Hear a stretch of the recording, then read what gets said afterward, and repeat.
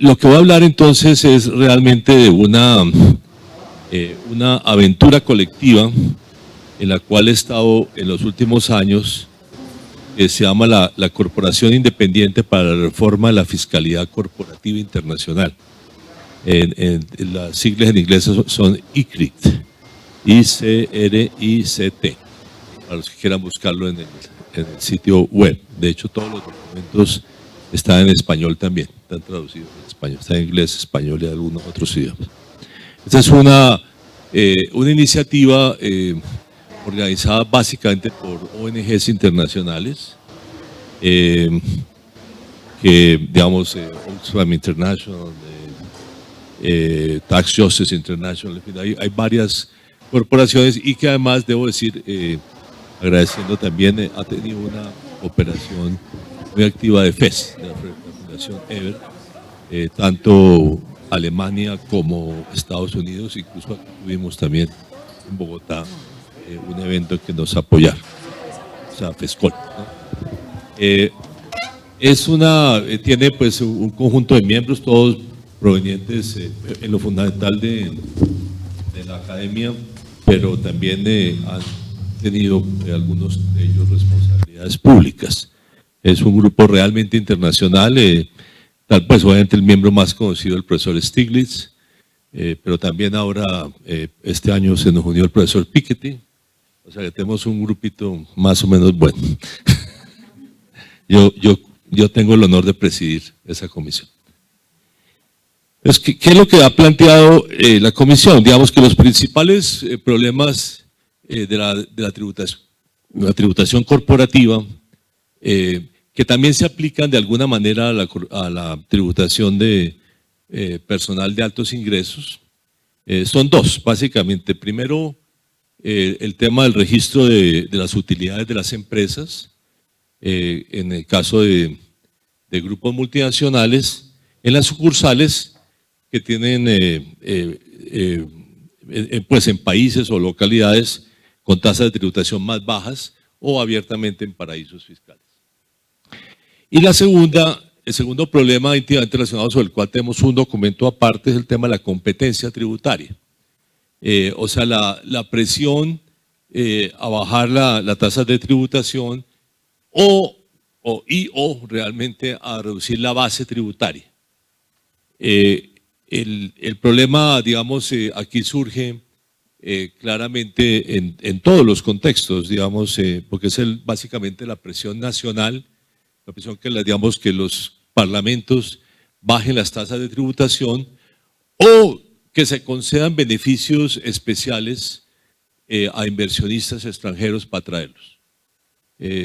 Digamos que tiene el efecto equivalente, o sea, digamos, unos periodos, digamos, sin impuestos o con bajos impuestos o incluso con algunos regalitos asociados, como por ejemplo darles un terreno por cuenta del Estado para poder atraer las inversiones. Entonces, en la terminología internacional, pues, digamos, estos dos conceptos se han recogido muy bien en el título del programa BEPS de la OCDE, o sea, Base Erosion of Profit Shifting, o sea, erosión de la base impositiva y traslado de beneficios, digamos que es como el marco general que se ha utilizado. Y curiosamente, digamos, uno de los grandes problemas es que no significa la relocalización de las inversiones, sino el registro de las utilidades. O sea, digamos, Irlanda no ha traído mucho más actividades de Apple, ha traído algunas actividades de Apple. La mayor parte de actividades de Apple se siguen desarrollando en todo el mundo, pero las utilidades de Apple se registran allí. O sea, es un tema y tiene que ver con el problema que ya se planteaba al inicio de este panel del sistema, pues, de precios de transferencias entre sucursales de las empresas, que me lleva, digamos, al cuál es el problema principal. El problema principal es precisamente que entre filiales o sucursales, digamos, de grupos multinacionales, las transacciones se hacen a lo que se ha venido a llamar la legislación tributaria precios de transferencia, Pero esos precios de transferencia, digamos, teóricamente se deben equiparar a precios de mercado, digamos, de transacciones equivalentes en el mercado, pero eso difícilmente ocurre en la práctica o es casi imposible de aplicar porque no hay transacciones equivalentes. O sea, el pago de la propiedad intelectual sobre la tecnología de Apple, pues realmente no tiene equivalente internacional. Entonces uno puede ponerle cualquier valor, pero lo mismo es cierto para una marca, ¿no es cierto? Digamos, para una marca o incluso para el control de una red comercial. Todos son, digamos, son formas de propiedad intelectual que son realmente intangibles y por lo tanto no tienen equivalentes en el mercado. Por ese motivo, digamos, el sistema de precios de transferencia, que es el que se utiliza pues en la tributación internacional, es un sistema que a nuestro juicio no funciona bien. ¿Okay? Esto te genera pues varias inequidades de todo tipo, inequidades, digamos un poco siguiendo aquí la exposición de Francisco, son problemas de inequidad tanto entre países como al interior de los países de todo tipo, digamos que no tengo tiempo de ahondar sobre ella. Curiosamente tiene también una inequidad muy particular y es entre una empresa multinacional y las empresas nacionales. Terminan teniendo beneficios las empresas transnacionales a través de esto y los acuerdos de protección a la inversión extranjera pueden terminar teniendo más beneficios que las empresas nacionales. Entonces hay una inequidad entre empresas también que se genera con esto.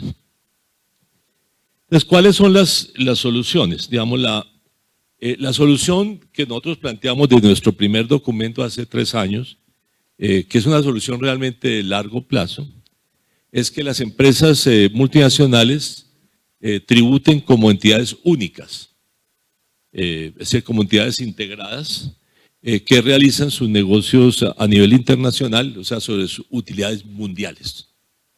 Y que después los recaudos correspondientes se distribuyan entre los sitios donde realizan sus actividades de acuerdo con criterios objetivos, digamos, de la realización de las actividades, que pueden ser ventas, pueden ser empleo, pueden ser uso de recursos naturales, un tema muy importante obviamente para los países en desarrollo, o sea, con distintos criterios. Dicho sea de paso, tratando de replicar aquí algunos sistemas que ya existen en países federales para, digamos, distribuir ciertos impuestos. Por ejemplo, en Estados Unidos, en Suiza, digamos, existen sistemas en los cuales digamos, la tributación de la empresa se hace a nivel del país, pero la distribución entre los estados o provincias se hace de acuerdo con unos criterios objetivos para evitar pues, que haya elusión a través de la localización. Ese, por supuesto, es una reforma de largo plazo, requiere un acuerdo internacional, por lo tanto, no es una propuesta, digamos, fácil de implementar, pero, digamos, nosotros hemos sugerido algunas fórmulas, si se quiere, de transición, que son básicamente una tasa de tributación a la renta de las empresas mínima a nivel internacional que podría ser liderada por la OCDE, digamos, ya que quiere estar al frente de esta tarea. Entonces, digamos que los países miembros de la OCDE adopten una tasa mínima de tributación internacional. Segundo, hemos dicho que para evitar la competencia tributaria, cualquier beneficio tributario se haga sobre la inversión que se realice en un año particular y no sobre los beneficios tributarios. En otras palabras, si uno quiere darle, por ejemplo, un beneficio a la propiedad intelectual, a la inversión en propiedad intelectual, sea un beneficio que sea sobre la inversión en un año particular que se hace en esa inversión y no con los beneficios futuros, por ejemplo, todos los derechos de propiedad intelectual, que es la forma como funciona hoy en día. En realidad, generalmente existen las dos. Entonces, esto digo, es cualquier beneficio que se haga para que sea más transparente, que se haga el año en que se realiza la inversión sobre la inversión que uno quiere promover. Y después, pues hay otros métodos, digamos, de lo que en la jerga OCDE se llama el Profit Split, o sea, la división de utilidades, que es una forma o otros mecanismos que permitan repartir entre las distintas partes de una multinacional ciertos costos. 10 minutos, estoy generoso de tiempo. Que permita, digamos, distribuir ciertos costos o ingresos, por ejemplo, costos administrativos o ingresos, por ejemplo, muy importante, los intereses pagados entre sucursales o entre las sucursales y la matriz. Y el otro, finalmente, que de hecho en un documento del año pasado, en que analizamos varias alternativas, nos fuimos por, digamos, promover el método brasileño de calcular los precios de transferencia, que es básicamente calcular márgenes fijos sobre ciertas transacciones. Ese fue el método, digamos, que nosotros apoyamos en el último documento. Aparte de este, que es el tema más importante, pues hemos venido trabajando en otras alternativas. Primero, un tema en el cual ya está la OCDE encima, que es el tema de definir la presencia territorial. Cuando hay servicios que se prestan, digamos, entre países o para el comercio electrónico, que es el otro, digamos, tema complejo.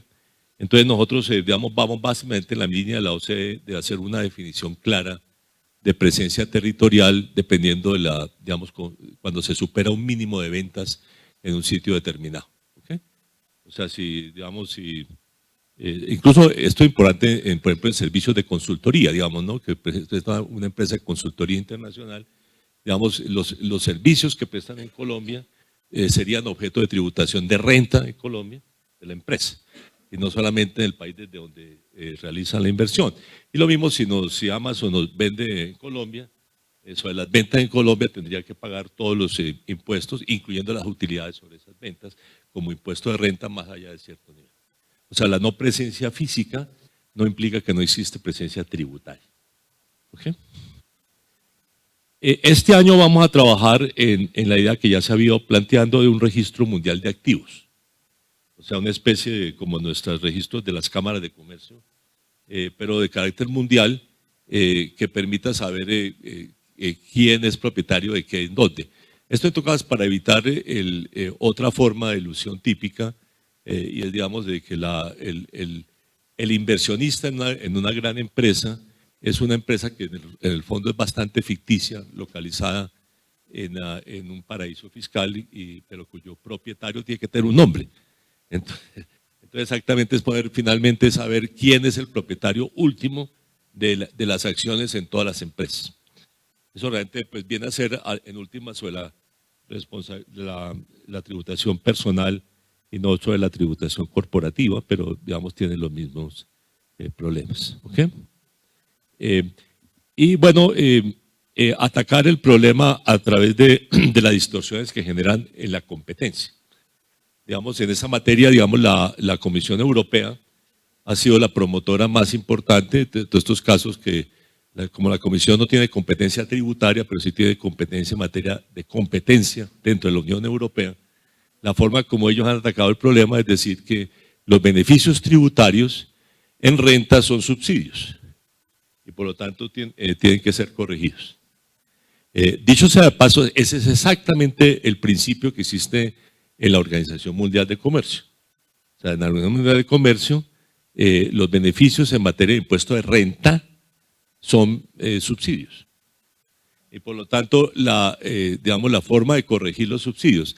Ahora, esto es un tema que, dicho sea de paso, para los que quieran trabajar en él, es fascinante, además por las formas como se ha distorsionado enormemente y permite la subsistencia, por ejemplo, del tipo de zonas francas colombianas, porque, digamos, esas zonas francas pueden vender también el territorio nacional, entonces no son sujetas digamos, a demandas ante la Organización Mundial de Comercio. Pero igualmente tienen exactamente el mismo carácter. De hecho, lo que crean una distorsión adicional, que es la competencia desleal dentro del propio territorio colombiano. ¿Okay? Que es otra forma de distorsión, digamos, importante. Y bueno, aparte de esto, pues nosotros hemos promovido la transparencia incluso un sistema de información al cual no solamente puedan tener acceso las autoridades tributarias de todos los países, sino también la sociedad civil. Porque está bastante claro que es a través de la sociedad civil y a través de los parlamentos que se han destapado muchos de los grandes escándalos en esta materia. Instituciones para manejar el tema, nosotros hemos apoyado los avances que ha hecho la OCDE a través de su proyecto BEPS, que sin embargo consideramos insuficientes. Ustedes en nuestro sitio web pueden encontrar una evaluación que hicimos de BEPS cuando se hizo público hace un par de años. Pero, digamos, hemos dicho que el problema de la OCDE es que no es una institución representativa. Y por lo tanto que digamos, la autoridad tributaria, si uno internacional, debería ser de carácter realmente representativo a nivel mundial. Hemos propuesto, de hecho, transformar el Comité de Expertos sobre Cooperación Internacional en Cuestiones Tributarias de la ONU en un órgano intergubernamental. Y que ese sea, digamos, el órgano para manejar este tema, y acompañado de una convención de la ONU sobre prácticas tributarias abusivas. Digamos, eso, digamos, las propuestas que hemos hecho, y eso puede estar acompañado de acuerdos regionales complementarios para evitar la proliferación de paraísos fiscales o garantizar el intercambio de información entre países. Dicho sea de paso, aquí hay algo, digamos, obviamente en América Latina el problema es menos grave, aunque hay algunos paraísos, además en el Caribe, pero, digamos, sobre todo en el Caribe, diría yo, fuera de Panamá, entonces, pero no hay deseo de crear nuevos paraísos fiscales, afortunadamente. Pero en una reunión que tuvimos, de hecho, en Ginebra, con, digamos, autoridades tributarias de países en desarrollo, nos sorprendió, por ejemplo, el interés de muchos países africanos en crear paraísos fiscales. En fin, o sea que, digamos, este es un tema realmente importante, la cooperación es. Bueno, y para otro tema que nosotros hemos propuesto es que no se utilice el arbitraje para solución de controversias en materia tributaria y en general para solución para acuerdos de protección de la inversión. El arbitraje es un buen sistema de solución de controversias entre privados, pero nos parece que es no solamente inconveniente, sino incluso ilegítimo cuando es entre privados y el Estado. O sea, entonces nosotros hemos propuesto, de hecho, más bien irnos a un sistema de solución de controversias más parecido al de la OMC, en el cual todas las disputas se hacen entre Estados. Entonces, si algún Estado considera que una empresa localizada en el Estado ha sido injustamente tratado, podría ir a través de ese sistema, pero no como ocurre en el comercio, digamos, porque en el caso del comercio, una empresa privada es la que se ve afectada. Pero él es el Estado, la controversia se vuelve controversia entre Estados y no entre un privado y el Estado. Por tanto, hemos propuesto que el arbitraje no sea utilizado en controversias internacionales en materia tributaria. Y por último, nosotros hemos propuesto claramente que lo que yo digo cuando me invitan a hablar de responsabilidad social empresarial. Cuando he hablado sobre ese tema siempre comienzo con la siguiente frase: la principal responsabilidad social empresarial es pagar impuestos. Y por lo tanto que ese principio básico está incorporado en todos los procesos internacionales asociados con responsabilidad social empresarial, básicamente que son dos, que es el Pacto Mundial de las Naciones Unidas, es el pacto, digamos, con el sector empresarial, y las líneas directrices de la OCDE para empresas multinacionales, que ambos deberían incorporar claramente el principio de que el pago de impuestos es una responsabilidad social empresarial básica. Muchas gracias.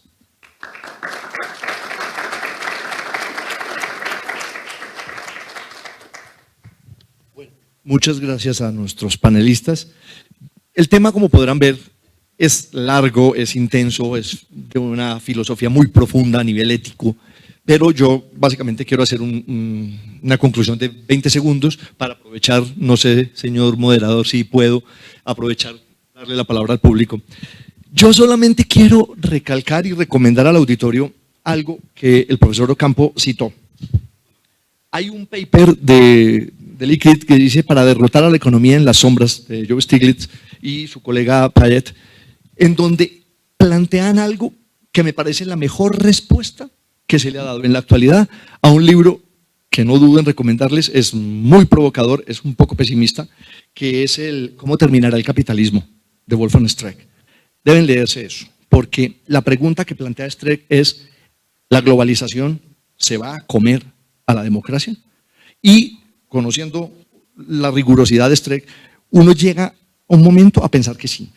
Pero Stiglitz da la respuesta, dice, no, lo que hay que hacer es tomar la vía dura, que llama su colega y amigo Joe Stiglitz, dice, en este tema tenemos que tomar una vía dura, una vía de acciones. No podemos pensar solamente en los incentivos, en el voluntarismo, en que la gente se va a autorregular.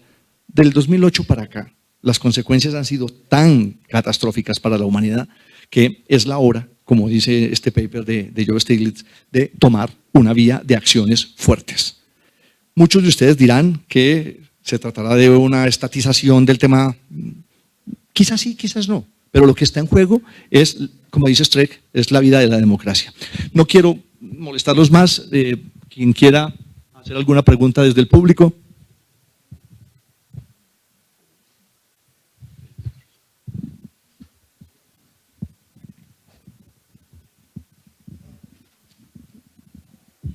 Buenos días. No sé si puedo hacer dos preguntas, una cada expositor.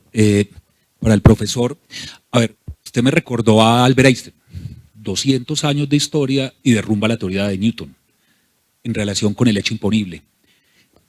Estamos claros que básicamente ese hecho imponible termina dado por Albert Hensel también en su libro, en su traducción alemana, etcétera, y básicamente está montado bajo un modelo totalmente positivista. Ante una consecuencia, ante una situación de hecho, hay una consecuencia.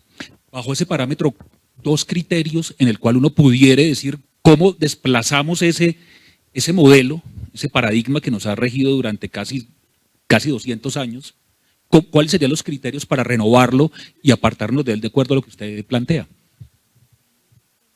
¿Y la otra de una vez o espero que responda? Bueno, para el doctor Ocampo, me preocupa el tema de la extrafiscalidad.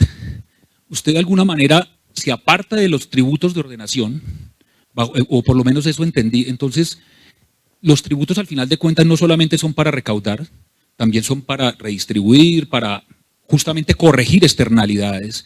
Y cómo, digamos, modular eso en relación con todo el discurso que usted plantea.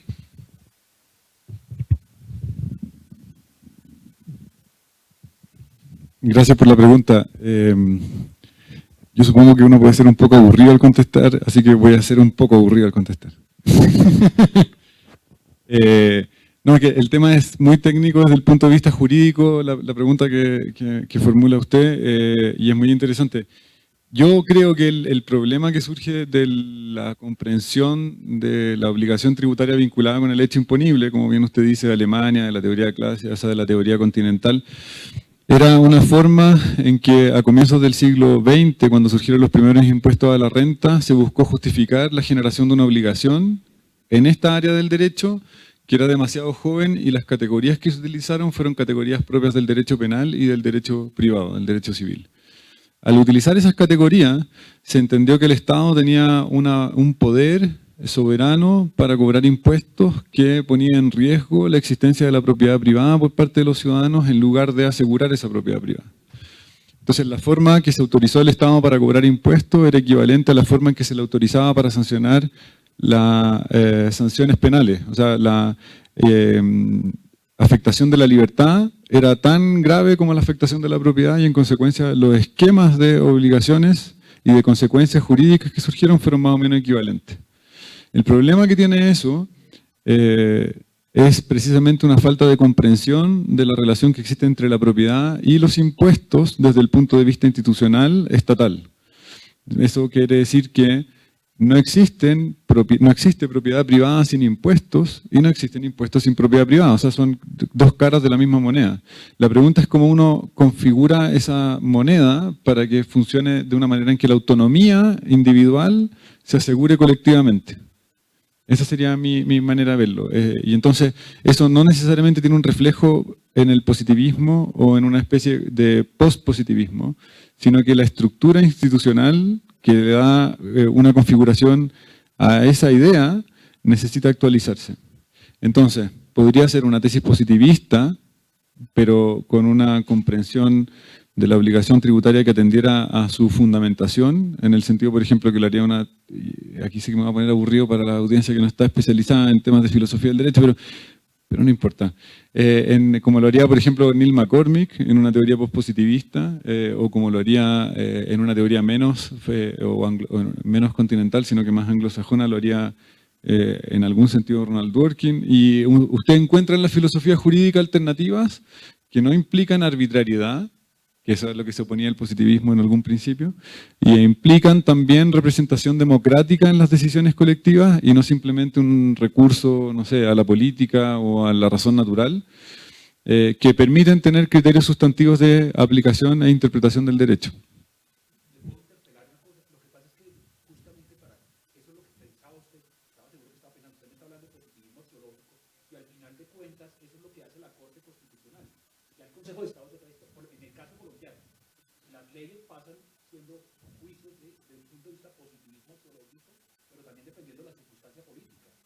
Se va para un análisis económico del derecho dependiendo de que necesitamos recursos para poder financiar los fines del Estado.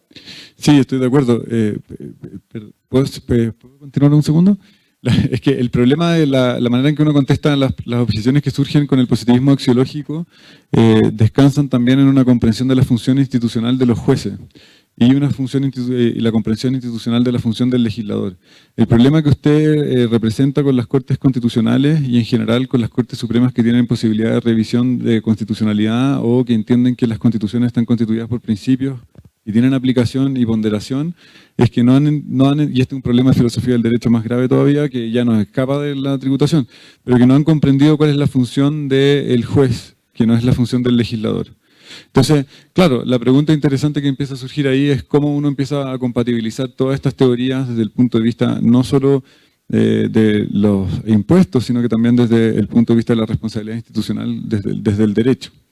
Y la manera que uno tiene que, diría yo, equilibrar ambas cosas es no asumiendo teorías puramente sustantivistas en materia de impuestos, como por ejemplo hay una profesora en Oxford que se llama Judith Friedman, que yo creo que tiene las propuestas más interesantes respecto de transformar un sistema tributario de reglas en un sistema tributario de principios, pero ella lo que hace es conferir bajo otra filosofía del derecho, la filosofía de Raz, creer que los jueces tienen potestades delegadas dirigidas y en consecuencia pueden definir la política tributaria a través del ejercicio de una legislación derivada. Eso también es conflictivo. Entonces, en este sector yo no tengo una respuesta todavía, pero en este mundo es donde uno tiene que buscar la alternativa a los sistemas tradicionales. Y entonces agradezco la pregunta porque eso nos permite ahondar en un poco más de la discusión técnica jurídica. Ahora, lo que yo no dejaría de ver es cuál es la relación que tiene con lo que, por ejemplo, estaba proponiendo el profesor Ocampo, en el sentido de que las propuestas económicas necesitan tener un respaldo jurídico que esté al día con eso. Entonces, las disquisiciones de filosofía del derecho, que a mí me entretienen mucho y me fascinan, yo creo que necesitan también tener un reflejo institucional que se comunique con la economía, pero en el sentido de la política, no en el sentido de la justificación, no en el sentido del law and economics que decía usted en el principio. No sé si eso aclara en algo la respuesta o confunde más, pero esto...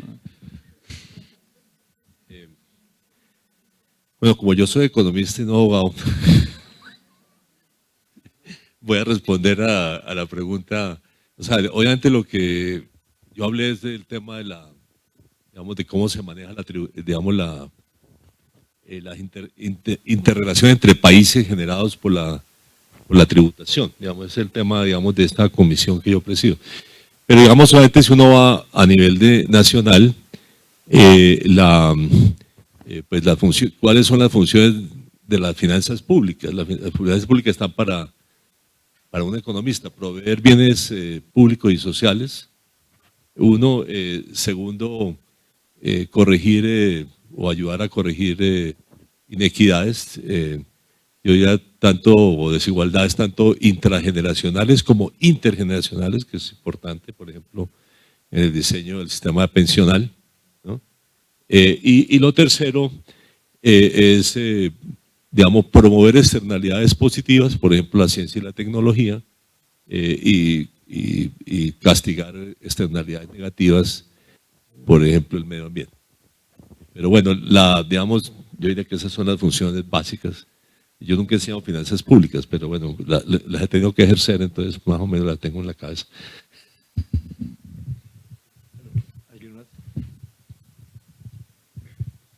Ustedes hablaron mucho de la competencia tributaria a nivel global, pero les quería preguntar qué opinan a nivel local. El doctor Ocampo mencionó un poquito de las zonas francas, pero en específico, ¿qué piensan de iniciativas como la SOMAC, que dan exenciones tributarias sobre la renta durante 10 años en zonas afectadas por el conflicto? No sé, ¿no tendría eso también los mismos problemas de la competencia tributaria a nivel global? Pues las empresas podrían argumentar que hacen su actividad principal económica en una SOMAC, pero en verdad pues, la mayor rentabilidad la podrían estar sacando en otra zona del país. Yo contesto esa pregunta. Eso de paso tal vez es un complemento al anterior. Cada sociedad, o sea, cada sociedad tiene unas prioridades diferentes. Por lo tanto, no creo que haya que armonizar las tasas de tributación. ¿Okay? O sea, algunos países querrán tener más tributación que otros. Por ejemplo, porque dan mucho más prioridad a la igualdad. ¿No es cierto? Como yo soy socialdemócrata, pues digo sí, a mí no me choca la tasa de tributación alta, siempre y cuando contribuya a reducir las desigualdades. Digamos, eso es un principio político. Habrá sociedades que no le dan tanta prioridad, entonces pueden tener tasas de tributación más bajas. Por eso cuando uno habla por eso yo no sé si una autoridad tributaria internacional es una solución. Por eso, digamos, en la jerga de Naciones Unidas nosotros nos hemos ido por esa idea de un órgano intergubernamental que se encargue y puede estar asociado a ese órgano intergubernamental un mecanismo de solución de diferencias, ¿no es cierto? Pero no necesariamente, digamos, como en la OMC, no todos los países tienen los mismos sistemas de protección, pero digamos entre sí tienen ese sistema que permite, digamos, resolver sus disputas. Ahora, en el caso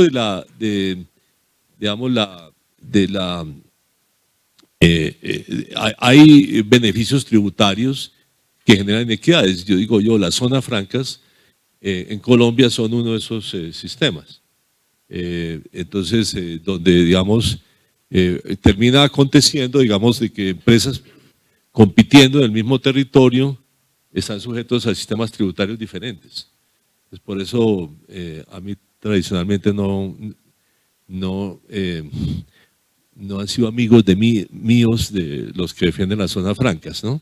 Entonces, porque yo siempre he sido crítico no de las viejas zonas francas, digamos, que eran para exportar, pero que ya son ilegales de acuerdo, son incompatibles con la Organización Mundial de Comercio. Entonces teníamos que desmantelarlas y en vez de desmantelarlas como correspondía a los 10 años creo que era de la entrada en vigencia de la Organización Mundial de Comercio, decidimos inventarnos estas otras que a mi juicio son una monstruosidad, especialmente porque venden 90% del mercado interno. O sea, no son para exportar. Entonces, bueno, eso puede uno decir. Ahora, yo creo que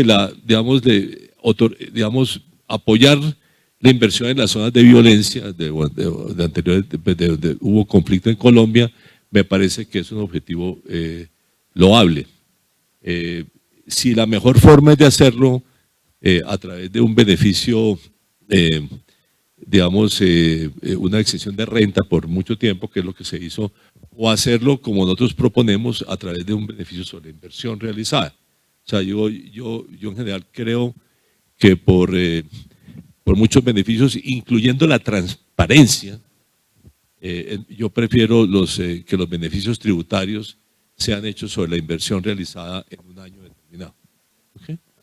Entonces yo preferiría un sistema de esa naturaleza siempre, ¿no es cierto? Y no un beneficio sobre las utilidades. En fin, pero digamos, el objetivo para el cual fue creado ese beneficio es loable. Permítame un comentario. Yo creo que su prevención es válida. Yo escuché su pregunta, me acordé de nuestra historia antigua con la doctora Olga Lucía. Cuando la avalancha del río Páez, este servidorcito era auditor en la Dirección de Impuestos Nacionales, y notábamos cómo ciertas normas que se habían hecho sin mucha claridad se convirtieron en una herramienta ideal para el arbitraje, en donde muchas compañías resultaron contablemente. Un profesor mío argentino decía algo muy bello, decía: no hay nada más peligroso que un contador creativo. Entonces, muchos contribuyentes decidieron trasladar contablemente toda su producción a la zona del PAES, Nevado del Ruiz. O sea, su prevención es válida. SOMAG está muy bien inspirado. El problema va a estar en el reglamentario. Tal cual. Eso me lleva a hacer un comentario sobre la zona PAES, porque yo era ministro de Hacienda. Entonces, primero voy a contar el decreto de emergencia. Me acuerdo en la administración Gaviria, al final de la administración Gaviria, era ministro de Agricultura. Me llevaron a leer el decreto y le dije: yo no sé si saben dónde queda la zona PAES, pero digamos, este decreto de emergencia que voy a firmar es un beneficio para Cali. Yo soy caleño, no me puedo poner a los intereses de Cali, pero que quede consciente, que quede claro de que eso no es un beneficio para la zona PAES. ¿Ok? Pero después me tocó manejar ya como ministro de Hacienda un pequeño problema que hubo en la ley, y es que quedó como un descuento y no como una deducción tributaria. Y quedó una monstruosidad. Entonces yo traté de corregirlo a través de un decreto reglamentario y tuve algunos problemas jurídicos. En todo caso, digamos, si quieren vender beneficios, no den beneficios sobre descuentos tributarios a unas inversiones en zonas que han sido afectadas. En todo caso, digamos, realmente el principal beneficio uno lo ve claramente en el valle geográfico del río Cauca. ¿No es cierto? Uno pasa el río Cauca, entra al departamento del Cauca y ahí están todas las inversiones, con el problema adicional que tiene exactamente a nivel internacional, digamos, de que muchas utilidades de un grupo económico se registran allí. Entonces tienen exactamente el mismo problema. Pero esto tienen que entender, obviamente la administración es en un permanente crecimiento, en una permanente modernización, pasando por toda la parte histórica hasta la administración del futuro, que es la que un poco presentaba Alejandro. Continuamos con el siguiente panel.